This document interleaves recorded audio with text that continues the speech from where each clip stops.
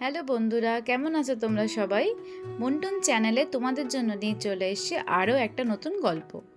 আমার গল্পগুলো পেতে হলে তোমরা অবশ্যই চ্যানেলটাকে সাবস্ক্রাইব করো আর পাশে থাকা বেল আইকনটিকে অল করে রেখো, তাহলে সহজেই আমার ভিডিও নোটিফিকেশনগুলো তোমাদের কাছে পৌঁছে যাবে। চলো শুরু করা যাক আজকের গল্প। রতনপুর নামে একটা গ্রাম ছিল। সেই গ্রামে রিজু থাকতো তার বাবা মায়ের সাথে। তারা খুবই গরিব ছিল আর খুবই কষ্টে তারা জীবনযাপন করত। যাই হোক, যেমনইভাবে চলে যাচ্ছে, কিন্তু এবার দুর্গাপুজো চলে আসে, মাও ঘরে চলে আসে। এই দুর্গা প্রতিমা দেখে রিজু অবাক হয়ে দুর্গা প্রতিমার দিকে তাকিয়ে থাকে। পুজো আসতে না আসতেই রিজুর মা কোনো রকমভাবে যেটুকুনি পারে তাদের গরিবিয়ানার মধ্যেই সুন্দর সুন্দর কিছু খাবার রান্না করে। রিজু সেই খাবার খেয়ে বন্ধুদেরকে বলে, এই তোরা তো ঠাকুর দেখতে যাচ্ছিস, আমাকে সঙ্গে নিয়ে চল না তোদের সাথে। এই না না, তোকে নিয়ে আমরা যাব না। তুই কিরাম দেখ, পুরনো জামা পরেছিস আর আমরা সবাই নতুন জামা পরেছি, তুই আমাদের সাথে যেতে পারবি না। এই বলে রিজুকে একা রেখে তার বন্ধুরা সবাই পুজো মণ্ডপে চলে যায়। পুজোতে সবাই খুব আনন্দ হই হুল্লোড় করে। পুজো শুরু হয়ে যায়। পাড়ার মহিলারা সবাই সেখানে গান করে অনুষ্ঠান করে।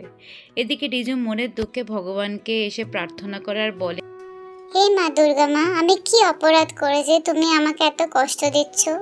তুমি এমন কিছু করো যাতে আমি পরের বছর তোমার পুজোয় খুব খুব আনন্দ করতে পারি। রিজুর এই কথা শুনে মন্দিরে ব্রাহ্মণরা বলে, খোকা, তুমি দুঃখ করো না, তুমি এমন কিছু করো যাতে পরের বছর পুজোয় তুমি খুব আনন্দ করতে পারো। ব্রাহ্মণদের কথা শুনে রিজু নদীর ধারে বসে চিন্তা করে কি করা যায়। তখন সে ভাবলো, যদি আমি জলের বোতল বিক্রি করি কেমন হয়? পরের দিন ভোর হতে না হতেই রিজু চলল শহরে আর জলের বোতল বিক্রি করতে। কাকু কাকিমা দাদা বৌদি ভাই বোনরা কোথায় আছো? চলে আসো রিজুর কাছে। জল 2 টাকা দাও, জলের বোতল নাও। 2 টাকা দাও, জলের বোতল নাও। জলের বোতল বিক্রি করে রিজু ভালোই রোজগার করতে থাকে আর বাড়িতে সেই টাকাটা বাবা মার কাছে দিয়ে জমা করে। এইভাবে 1 বছর কেটে যায়।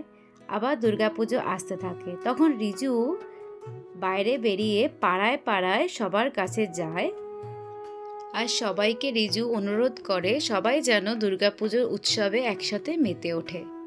যথারীতি দুর্গাপুজোও চলে আসে এবং দেবী দুর্গারও আগমন ঘটে।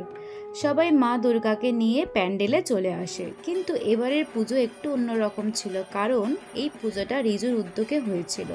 রিজু নিজের জমানো পয়সা দিয়ে সেই পুজোটা করতে চেয়েছিল। তার জন্য ঢাকি থেকে নাচ থেকে শুরু করে খুবই মজা, আর তার সঙ্গে ওখানে খাবারের স্টলও বসিয়েছিল। গরম গরম চপ সিঙ্গারা, তার সাথে লাড্ডু ফ্রি, তাড়াতাড়ি চলে আসো পচাদার কাছ থেকে, এরম সুযোগ আর কেউ দেবে না, তাড়াতাড়ি চলে আসো পচাদার কাছে। এবারে দুর্গোৎসবে রিজুর দৌলতে আরও কিছু মানুষ উপার্জন করতে পারে। এবারে পুজো যেন সত্যি অন্যরকম ছিল। রিজুর উদ্যোগে এবারে সাংস্কৃতিক অনুষ্ঠানও অনুষ্ঠিত হয়। সেখানে পাড়ার মেয়েরা সবাই মিলে নৃত্য পরিবেশন করে। এইভাবে সপ্তমীর রাতটা ভীষণ ভালোভাবে কেটে যায়। পরের দিন ভোর হয়, আর ভোর হতে না হতেই পাড়ার কাকিমারা চলে আসে রিজুদের বাড়ি তার মাকে সাহায্য করতে ঠাকুরের ভোগ বানাতে। সত্যি দিদি, তোমার ছেলে এত ভালো, এত অল্প বয়সে কত সুন্দর আয়োজন করেছে। এই বলে পাড়ার সবাই রিজুর খুব প্রশংসা করে, আর রিজু তার বাবা মাকেও হাতে হাতে সাহায্য করে ঠাকুরের কাজ করতে।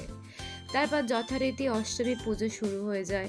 পুজো হতে না হতেই সেখানে সমস্ত প্রসাদ ঠাকুরকে নিবেদন করা হয়।